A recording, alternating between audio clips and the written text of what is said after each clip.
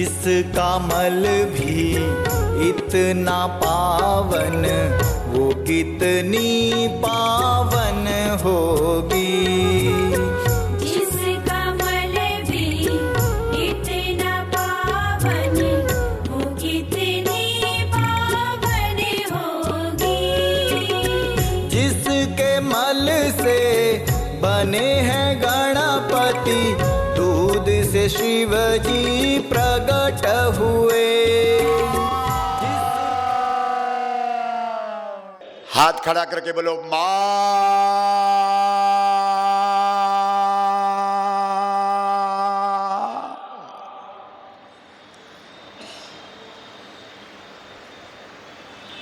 समझ रहे हो? तीर्थ स्थाने यत् पुण्यम विप्र भोजने, सर्वव्रतोपवासेषु सर्वे स्वेव तपस्या। जितनी प्रकार की तपस्या है, जितने प्रकार के व्रत हैं, जितनी प्रकार की साधना है, जितनी प्रकार की उपासना है, सबका जो मूल है वो गाय है। सोचो जरा, विचार करो। हम भारत के लोग किसके उपासक हैं बोलो? फिर भूल गए, गाय के। और गाय को हमने क्या कहा है? गायत्री। गायत्री, गाय गायत्री है।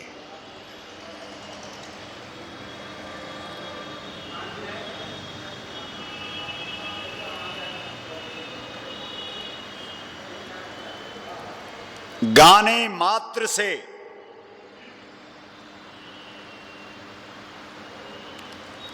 जो रक्षा कर देती है। आह, भगवान श्री कृष्ण वृंदावन में जब गायों के पीछे भागते हैं तो क्या कहते हैं? मां बोलो, हाथ खड़ा करके बोलो मां मां मां मां। धव, क्या नाम है कृष्ण का? माधव। धव का मतलब दौड़ना होता है। अरे इस धरती पर भगवान आया, वो भी किसके पीछे दौड़ा? तब तुमको क्या हो गया?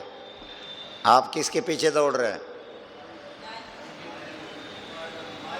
माया के पीछे।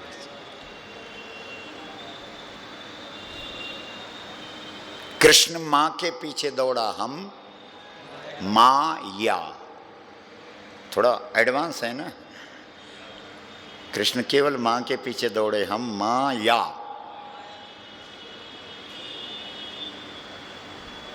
माया के पीछे। समझ रहे हैं?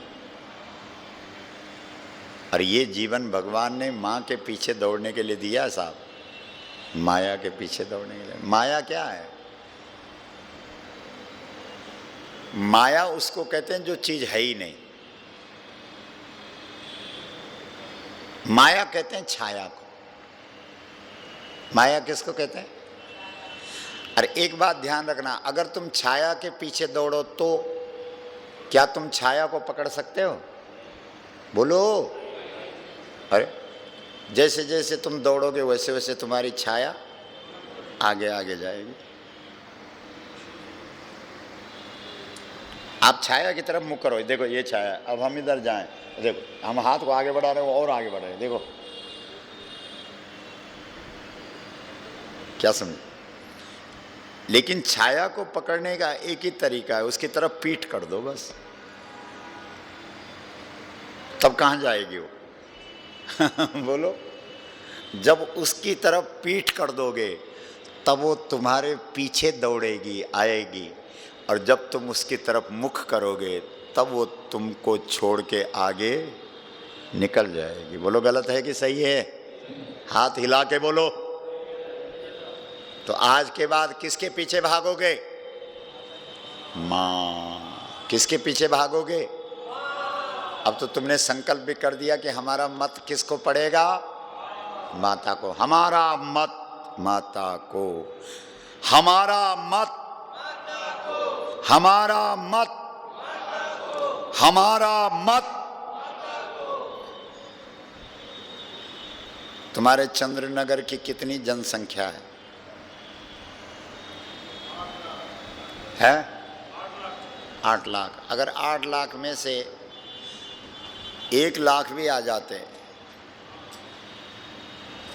तो बोलो उत्तर प्रदेश हिल जाता कि नहीं? बोलो, लेकिन क्या करें। इसलिए लोग बोलते गाय को माता का सम्मान क्यों नहीं मिला। जो राक्षस हैं उनका दोष नहीं है, दोष तो इनका है जो घर में बैठे बैठे गाय को माता बोलते हैं। दोषी तो ये लोग हैं।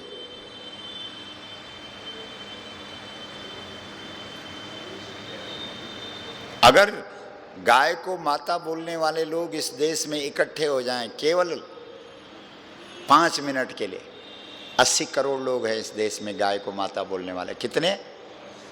अगर 80 करोड़ 5 मिनट के लिए इकट्ठे हो जाएं तो बोलो गाय को माता का दर्जा मिल जाए कि नहीं?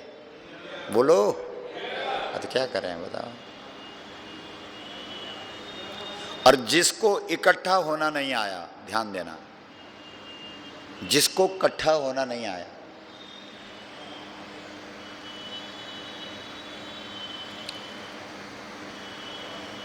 वो किसी भी देवता की पूजा कर नहीं सकता।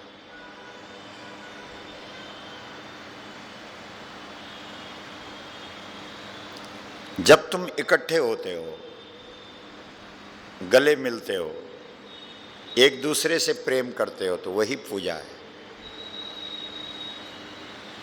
क्या समझे?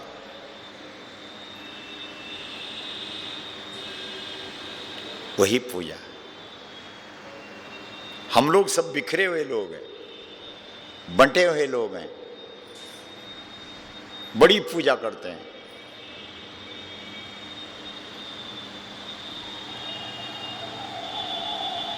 इसलिए तुम्हारे जितने मंदिर हैं, जिन मंदिरों में रुपए चढ़ता है, 4 लाख मंदिर हैं इस देश में जिनमें रुपए चढ़ते हैं, वो मंदिर सब सरकार ने अधिग्रहित कर रखे हैं।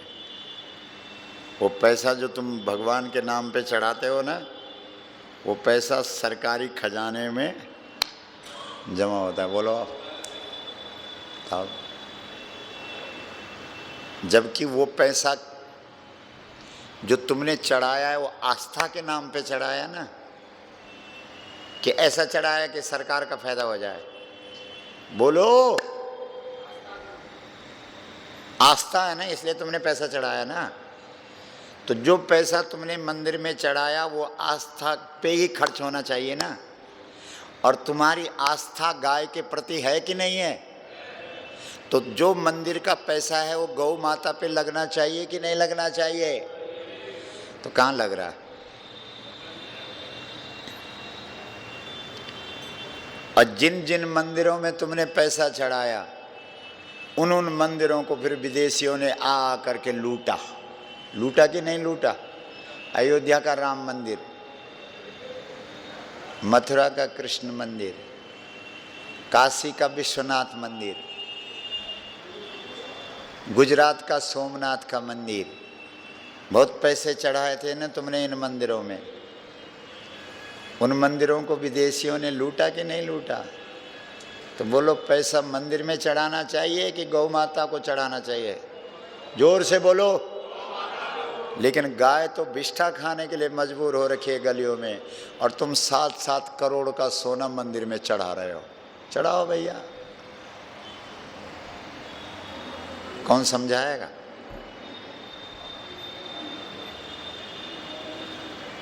कृष्ण ने, श्रीमद् भागवत कथा सुनी आप लोगों ने? हाँ ना क्यों नहीं बोलते हो? तो कृष्ण ने पूजा करी, लेकिन किसकी? बोलिए, गाय की। और किसी की पूजा नहीं की कृष्ण।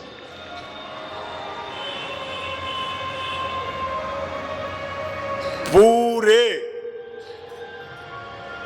जीवन भर कृष्ण ने गौ माता की पूजा करी भी और दूसरों से करवाई भी।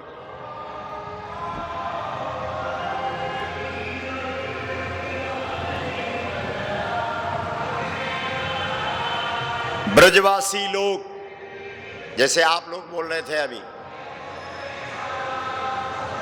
कि नवरात्र पूजा में व्यस्त हैं, ये हो रही पूजा।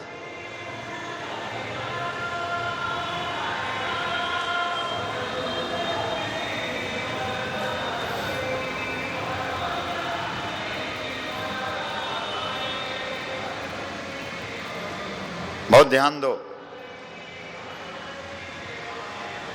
जैसे तुम लोग नवरात्र में देवी की पूजा की तैयारी करते हो, ऐसे ही दिवाली के दूसरे दिन, दीपावली के दूसरे दिन ब्रजवासी लोग इंद्र की पूजा करते थे।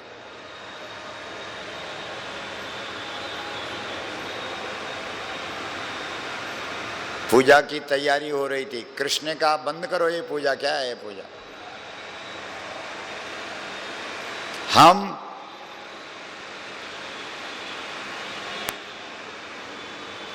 बाबा आप किसकी पूजा की तैयारी कर रहे हैं, बहुत ध्यान दो। बोला लाला हम देवताओं की पूजा करेंगे, देवताओं के राजा की पूजा करेंगे। कृष्ण ने कहा बाबा देवता कितने हैं, कितने हैं बताओ, बोलो। 33 करोड़ देवता हैं। तो कृष्ण ने कहा बाबा अगर एक एक देवता को दक्षिणा भी तो चढ़ानी पड़ती है, देवताओं को नहीं चढ़ानी पड़ती है? पूछो पंडित जी को। यज्ञ की पत्नी का नाम दक्षिणा है। अगर हमने एक एक देवता को 5-5 रुपए भी चढ़ाए तो 33 करोड़ गुणा गया 5, कितने करोड़ बने? जल्दी करो। 165 करोड़ तुम्हारी जेब में है। तो नंद बाबा ने कहा कि लाला इतना तो हमारे पास नहीं है। तो बोला तब ऐसा भी नहीं हो सकता कि कुछ देवताओं को चढ़ा दो और कुछ को छोड़ दो, क्योंकि जिनको तुम छोड़ दोगे वो तुम्हें नहीं छोड़ेंगे फिर। बोलो। तो नंद बाबा को तो पसीना आ गया, फिर करना क्या है, करना क्या है? तो कृष्ण ने कहा कि करना ये है कि जहां ये सारे के सारे देवता हैं उसकी पूजा करो।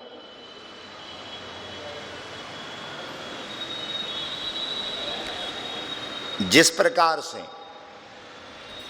आपने सरकार से लाइसेंस बनाया है शस्त्र का, मान लो, तो 1-2 साल में शायद उसको फिर से वो करवाना पड़ता है, रेन्यू कराना पड़ता है। उसी प्रकार से इन देवताओं को भी अपना देवत्व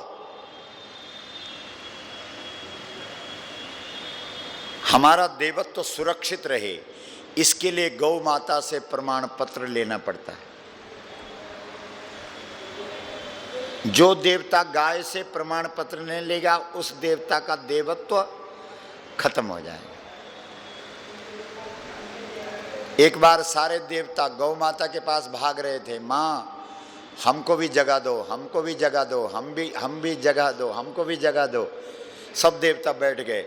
2 देवियां थोड़ा विलंब कर दिया, देर कर दी। ये महाभारत में लिखा हुआ है, हम नहीं बोल रहे।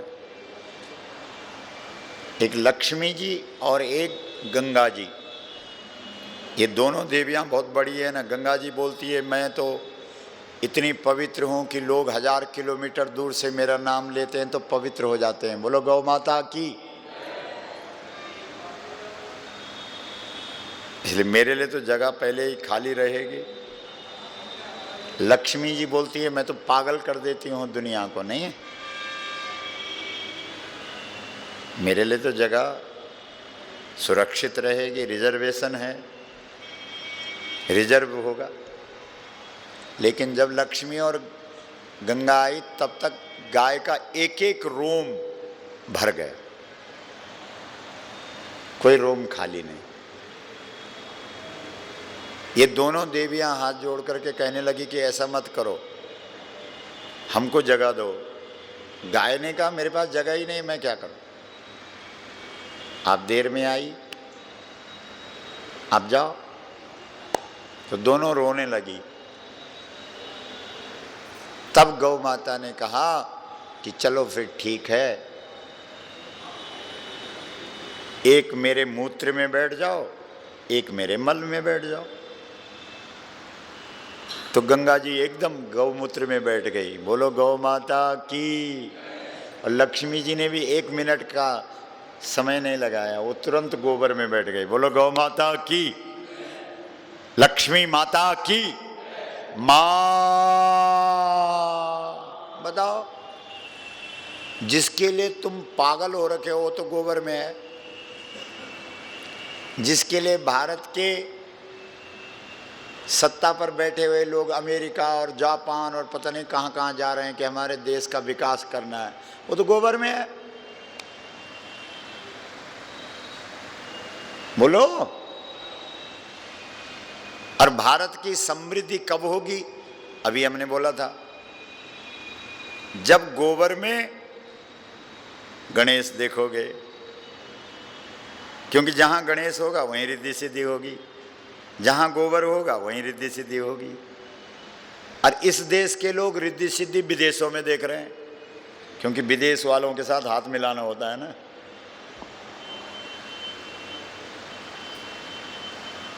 समझ रहे हैं आप? इसलिए गोमय, हमारा शास्त्र कहता है गोमय। बोलो, सब बोलो, गोमय बसते लक्ष्मी। गोबर में लक्ष्मी है। तो कृष्ण ने कहा कि बाबा, देवता तो 33 करोड़ है, सबकी पूजा तो हो नहीं सकती, और 2-4 की पूजा कर दी और सब छूट गए तो वो तुमको नहीं छोड़ेंगे। इसलिए सब देवता गाय में है। इसलिए तुम्हारा बेटा कृष्ण कहता है कि पूजा हो तो गाय की हो। बोलो गौ माता की। पूजा हो तो, जोर से बोलो, पूजा हो तो, पूजा हो तो मां।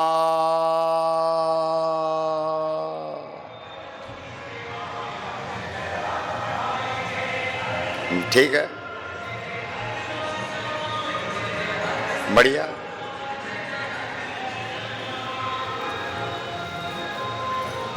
कृष्ण ने सोना मंगवाया, सब गाय के सींगों में सोना लगवाया।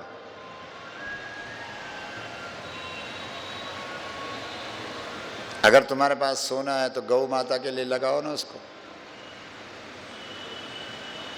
हमने अभी बोला था ना कि तुम तो उसे मंदिर में चढ़ाते हो, और मंदिर में उस सोने को देख देख करके राक्षसों का लार टपकता है, और जैसे ही उनको मौका मिलता है वो तुम्हारे मंदिरों को तोड़ करके उसको लूट के ले जाते हैं। बोलो, ऐसा ही तो हुआ आज तक, और तुम वही कर रहे हो। तुम प्रतिमा बना बना करके उसको तो प्रतिष्ठा दे रहे हो। अभी नवरात्र में बहुत प्रतिमाओं की पूजा करोगे तुम। पूरा चंद्रनगर प्रतिमा की पूजा में लगा हुआ है कि नहीं? और माँ की हाल क्या है वो तुम देख रहे हो। भाई, हम तो माँ की चर्चा कर रहे हैं। अगर हम आपसे पूछें भाई लोग क्यों नहीं आए, बोलो महाराज लोग प्रतिमा की पूजा कर रहे हैं क्योंकि नवरात्र है। बताओ, इतने से समझ लो क्या हालत है हमारी। हम तो प्रतिमा की पूजा करने वाले लोग हैं, माँ की पूजा नहीं करते हम। और जो आदमी माँ की पूजा ना करे उसकी प्रतिमा की पूजा कभी सफल है? धेनु मानस में गौ माँ की महिमा परंपार।